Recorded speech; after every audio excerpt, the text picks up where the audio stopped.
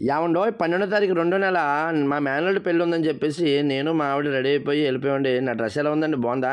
నచ్చితే లైక్ చేసి కామెంట్ చేయండి. అదొకటి రోడ్లు చాలా బాగున్నాయి కదా అని చెప్పేసి 40-50 స్పీడ్లో వెళ్ళిపోయామట. ఒక 1 అవర్లో వెళ్ళిపోయామట. మా ఓడల రేవు నుంచి గన్నవరం ఎంట్రన్స్ అవ్వగానే అక్కడ గోదావరి అంచులు చూసుకుంటూ చాలా సరదాగా మంచి లొకేషన్, మంచి క్లైమేట్ బాగుందండి. మరి మీరు ఎప్పుడైనా వెళ్ళారంటారా?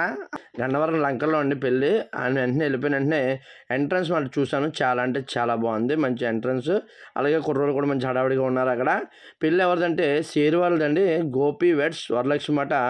ఎంట్రన్స్లోని వాళ్ళ బ్రదర్ ఉన్నాడు, రిసీవ్ చేసుకుంటున్నాడు. ఇక్కడ డెకరేషన్ మాత్రం సూపర్ అంటే సూపర్గా ఉంది.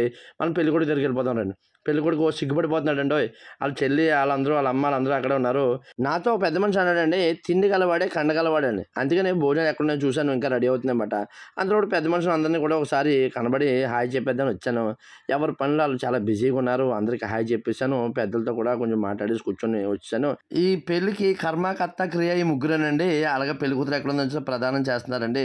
అలాగే పెళ్లి కూతురుని కూడా చూశాను. వాళ్ళని మామూలుగా స్టేజ్ మీద ఉంచోబెట్టేసి అక్షంతలు వేస్తా అన్నారన్నమాట. రిసెప్షన్ కింద పెళ్లికి ముందు, అంటే బుధవారం ఉదయం కాబట్టి పెళ్ళి. ఆ పెళ్లి కొడుకుని పెళ్లి కూతురుని తీసుకొచ్చేసారు, అక్షంతలు బాగా వేయించేసారు అనమాట. అయితేనే మనకి ఆకలి వేస్తుందండో, మరి భోజనం లేకుండా ఎతికిసుకొని అన్నం తినేసి మరి కట్టా తీసి వెళ్ళిపోదాం. అయితే మరి ఉంటాను. ఈ వీడియో నచ్చినట్లయితే లైక్ కూడా షేర్ చేసి సబ్స్క్రైబ్ చేసుకుంటాను మా.